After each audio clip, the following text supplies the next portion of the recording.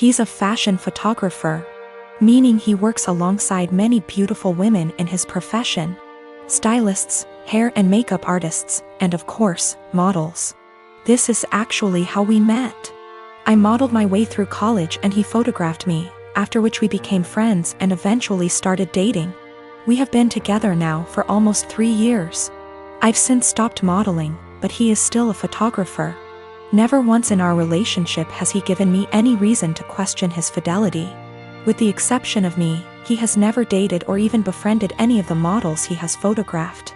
That was, until Rachel came into the picture. I've met Rachel. She seems like a fun chick, the type of girl who draws a lot of positive attention just by entering a room. She's beautiful, but her personality really shines through. She makes you feel like you're her best friend when you're talking to her. A very cool person through and through. That said, I'm not the only one who feels this way. My boyfriend also adores Rachel. The first time he photographed her, he stayed late at the studio and discussed ideas for their next shoot for nearly 3 hours. He was actually late for a night out with me because of it. But he's always had terrible time management, so I didn't think anything of it. The lateness has now become a steady, recurring factor in their shoots together. They hang out long after the stylists and makeup artists leave the studio. They also text a lot, and he's always smiling to himself and laughing when he reads the messages she sends him. At first he would show them to me and try to include me in on all the fun, without me asking. But he abruptly stopped doing that around 2 weeks ago. He tilts his phone away from me now when Rachel messages him. I'm not the jealous type, but if my BF had a history of doing this with the other models, I'd let it slide. The fact that he is only like this with Rachel, and me, I suppose, makes me wary of what might have transpired between them. Rachel herself has stopped talking to me. We used to communicate and have an easy, casual friendship via IG and Snapchat, but she pretty much ignores me now. Guilty conscience? I don't know. The real kicker is, my boyfriend now has a photo of Rachel as the wallpaper on his phone. He's apparently proud of the concept and the editing, and claims it has nothing to do with Rachel herself. Which is totally believable, but doesn't sit right with me. I told him that and he told me I was being irrational. Rachel is single, by the way. She and her BF broke up around 3 weeks ago. I really don't want to fall into the jealous GF trope, but what else am I to think? I don't want to make crazy demands and accuse my BF of cheating on me. Even emotionally, but he really does seem to be fond of this girl in a way that really hurts me. He has other female friends, and he doesn't act that way with them. He's capable of being friendly with a girl without flirting or acting suspicious, but with Rachel it's different. He has slowly become very attached to her, and I feel like I'm losing him. I have expressed this to him a couple of times, but he always tells me I have nothing to worry about and that he and Rachel are just kindred when it comes to photography. The long nights, constant texting, and phone wallpaper mean nothing. Oh, by the way, she's practically naked in the photo and it wasn't taken for any sort of publication, just for fun. Am I being irrational? Unreasonable? How would you feel in this situation? What would you do? Update. My photographer boyfriend has been growing very close to one of his models, and acting dismissive of my concerns regarding their work relationship. He has a practically naked photo of her as his phone wallpaper. WTF am I supposed to think? He and I are meeting for lunch in an hour. He confessed. I'm kind of a mess right now, but I'm lucky enough to have an amazing support system and a clear head. That's all I really wanted out of this unfortunate situation. My boyfriend, ex-boyfriend, has never taken nude or even partially nude photos of me. Although I modeled in high school and university, my primary focus has always been stage acting. He took my headshots. That's how we met. Not that it really changes anything. Just a bit of insight, I guess. When we were younger and when the relationship was newer, I would accompany him to his shoots all the time. But my own career is very time-consuming nowadays. I know of multiple model/photographer relationships where they accompany each other to every shoot. And I've nothing against doing that, but I personally would rather just trust that my SO is on their best behavior. Obviously what happened here kind of squashes that, but I stand by it. If I have to be there in order to make sure my SO faithful, chances are they'll find other ways to cheat. Okay, now for the good stuff, or I guess, the bad stuff. I met him for lunch Friday afternoon. We went to our favorite sushi joint overlooking the ocean, and I ordered more than I could handle, stuffing my face while trying to decide how to broach the topic of Rachel, but most importantly, our relationship. I went into that meeting with a righteous, ass-kicking speech prepared, but I forgot every word of it almost immediately after we sat down. I guess he could tell there was something on my mind, because he asked me if I was all right, if he had done anything to upset me. Snorts. Yes, Ian, you've upset me very much, actually. As soon as I gathered the confidence to look him in the eyes, I point blank asked him, "What's going on between you and Rachel?" His mouth flew open as if he were completely and utterly taken aback by the implication, but I cut him off with, "Do not bullshit me." I tried my best not to let anger get the best of me. I really did. I wanted to stay cool, calm, and collected like so many women on this sub. You know the ones. Those intense stories of cheating husbands wherein the wife takes to relationships, garners a ton of support, and then updates us later with a well-constructed storybook post detailing the evidence she has collected against him and the meeting she had with her uncle or sibling, who just so happens to be a divorce lawyer. Yeah, I'm not a badass like that. I wish I were. But I'm honestly just an overly emotional doormat, and I knew going into this meeting that I was either going to cry or gouge his eyes out with my mind. Because I had somewhere to be later, I took a hard left and got super angry. He could see it in me, the anger bubbling over. The people in the restaurant were starting to stare at us, too. In order to save face, I threw money on the table, with tip, and told him to meet me in the parking lot. If I'd had a switchblade on me, I can't say for certain I wouldn't have channeled my inner jet and beat his to the pavement. Kidding. Totally kidding. We met inside my car. He climbed in after me, his head down as though he were ashamed or, I don't know, guilty? I asked him how, and he explained everything to me. No preamble whatsoever. The moment he met Rachel, he felt some type of way towards her. He couldn't tell whether it was just a silly crush or something more, but he knew she felt it, too. How cute. They kissed the first night they met. The night he nearly stood me up. They had crazy, emotional, forbidden intimate the night she and her boyfriend called it quits. And they've been ever since. He mentioned he has always used a condom with her, but I don't care. I'm getting tested. I should mention Rachel was the one who was broken up with in her previous relationship. I don't know why or how. I didn't ask and I don't care to know. Funnily enough, Ian said he doesn't want to be with Rachel, he wants to be with me. And he even provided text messages to show that he's the one who decided not to pursue anything with her on official grounds. But I told him I give zero about what he wants. And unless he can go // his eyes, he should get the out of my car and erase me from his mind before I erase him.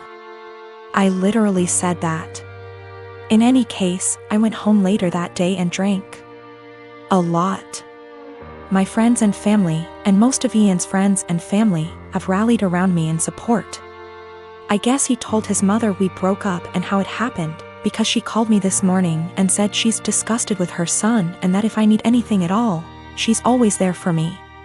For real, I'm going to miss his family. They're good people. The best people. This is my first adult breakup, by the way. The type of breakup where you're required not only to break up with your so but with their family and friends, as well. These people you've spent so much time getting to know and growing to love, are suddenly not in your life anymore, and it's, well, it's kind of daunting, really. Daunting and sad and infuriating all at the same time. So, that's the conclusion to this story. That's what happened. P.S. He admitted to cheating with Rachel and then I dumped his. So far, his mother, his teenaged stepbrother, and 2 male friends of his, have reached out to me saying how disgusted, ashamed and embarrassed they are on his behalf. On top of 3 mutual friends. It hasn't been 2 days yet. I've got cerebral palsy that affects both my legs and 1 arm. That's my official diagnosis, but what you really see is I walk with a limp. I'm a software developer, so job-wise, I don't have any issues. I knew when I was a kid that using my brain is the best way for me to survive on my own without relying on other people. I haven't had the chance to get my driver's license, but according to therapists and doctors that shouldn't be an issue. That's the background about me. My girlfriend and I have been together for a year. We met back in April 2020 of last year and we decided to get together in May 2020. I told her about my disability before then, but she wanted to try and make it work. We video call on Discord every day, almost always when we're awake, and recently we've been going on dates.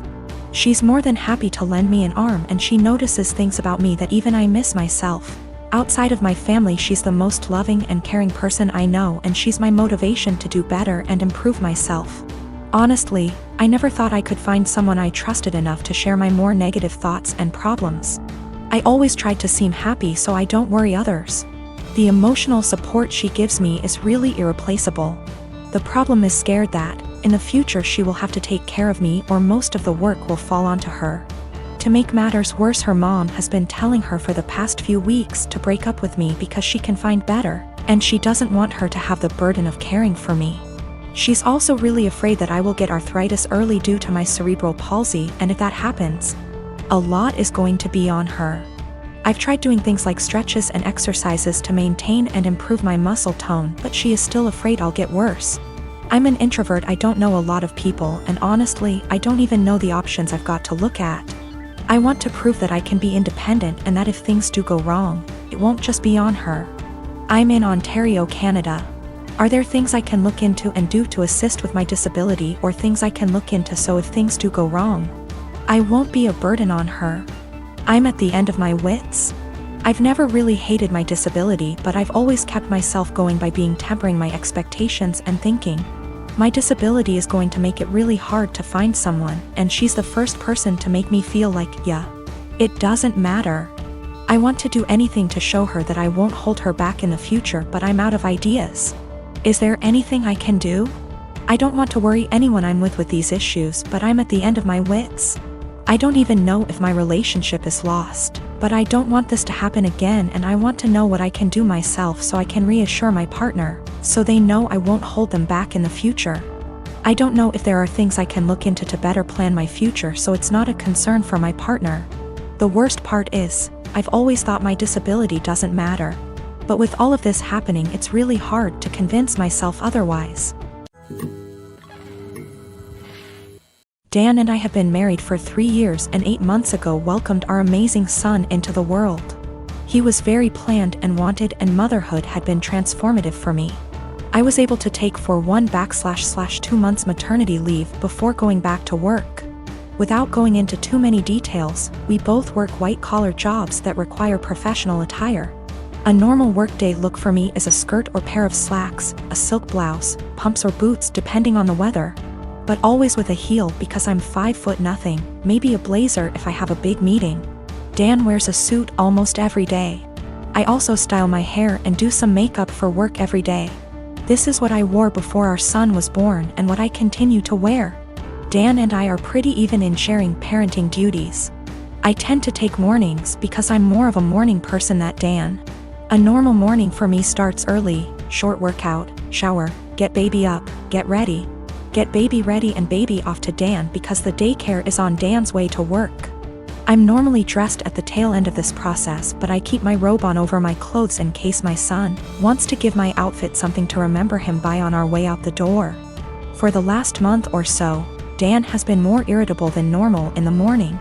There have been side comments if he gets up and I'm drying my hair or getting dressed. Basically, if I'm not 100% focused on my son in the AM.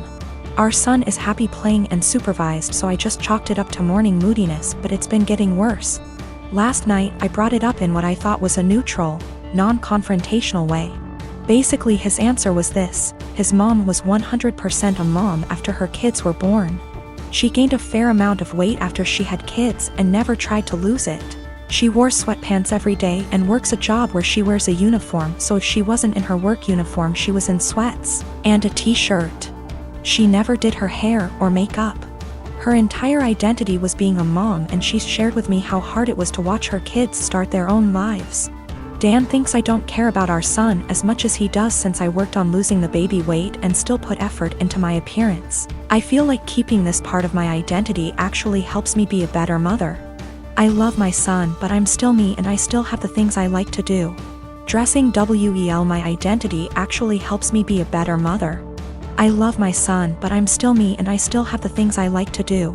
Dressing well, blowing out my hair and doing my makeup are therapeutic to me. Now that being said, my son is my life, and if I knew that not doing those things but guarantee him a happy, healthy life, I would stop immediately. I told Dan that my son and I have our morning routine and he gets lots of time and attention before I go to the office.